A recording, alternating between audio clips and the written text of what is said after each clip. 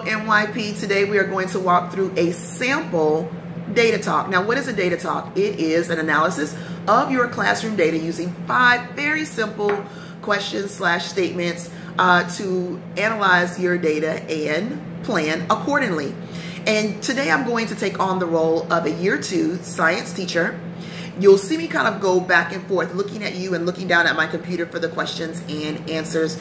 So here we go. Provide an overview of your students' strengths and weaknesses as indicated by your MAP data. The grade report in MAP tells me that 37% of my current students scored below average to low average on the science portion of the assessment. Now, although the test covers all 3 domains, earth, life, and science, I will focus specifically on life science and accelerating students' learning toward physical science as they move into that for next year.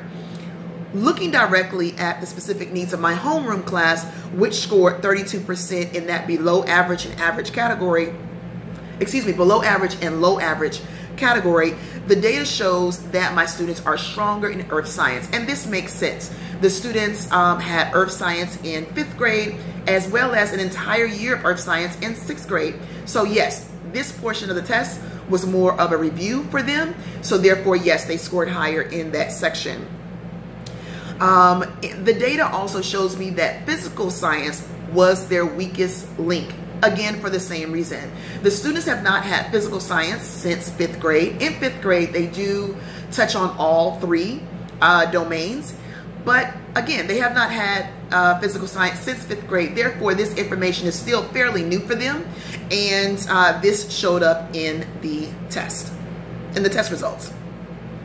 What specific domains do my students struggle with the most? 7th grade students are given standards on life science only.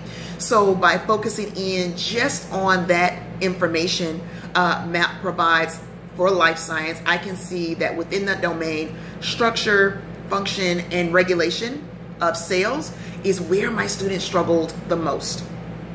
Explain the action plan you have in place to address these deficiencies.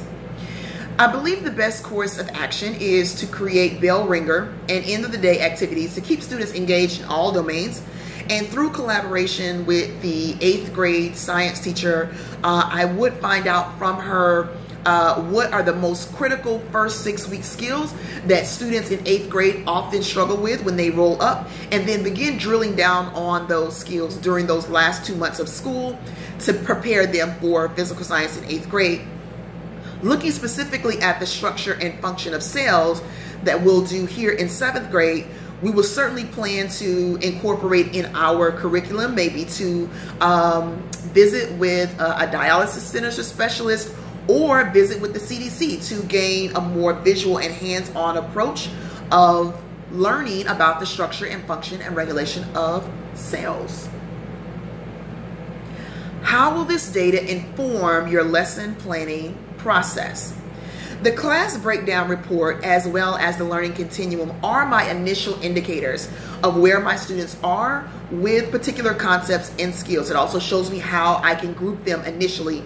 But during my everyday planning, quizzes and test scores and information that I'm receiving from Study Island will provide a guide as to small group instruction as well as one-on-one conferencing from week to week. I believe that I will also need to create some type of spiral of teaching concepts to keep students' awareness and proficiency higher in areas of life science. Using your data, articulate a SMART goal to improve student performance. And so we'll go through each letter. S for specific. 15% of year 2 students will move from below average and low average categories to the average category by the December administration of MAP. M for measure. I will measure my progress of the goal by meeting a target of 10% of those selected students scoring a 4 or higher on the weekly quizzes and assessments. It's always good to set a target that you're going to meet as you go towards your goal. It kind of helps you to know that you're on the right track. So again, I'm going to measure my progress by meeting a target of 10% of those selected students scoring a 4 or higher on weekly quizzes and assessments. A, achievable or obtainable. Yes, my goal is achievable. I currently have the resources needed to plan and enrich students' learning. I will also collaborate with the 8th grade science teacher to ensure that my accelerated learning assignments meet the level of rigor that students will be exposed to during the next school year. R, relevant.